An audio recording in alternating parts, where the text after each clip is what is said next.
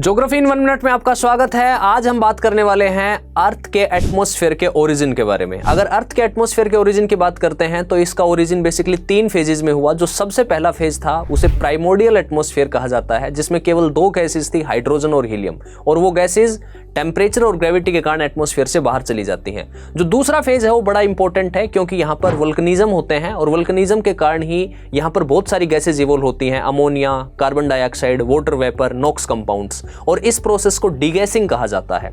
लेकिन second phase तक हमारे एटमॉस्फेयर में ऑक्सीजन प्रेजेंट नहीं थी। जो ऑक्सीजन है वो हमारे थर्ड फेज में, जो एटमॉस्फेयर का थर्ड फेज आता है, उसमें ऑक्सीजन इवॉल्व होती है, और ऑक्सीजन का जो इवॉल्वमेंट होता है वो फोटोसिंथेसिस की वजह से होता है, और इस वजह से हम कह सकते हैं that oxygen is completely biological in nature. तो इस तरीके से हम कह सकते हैं कि हमारे एटमॉस्फेयर का जो इवॉल्व हुआ, ओरिजिन हुआ, वो बेसिकली 3 फेजेस में हुआ। तो ऐसी ही जानकारियों के लिए जुड़े रहें हरियाणा स्टडी IQ के साथ।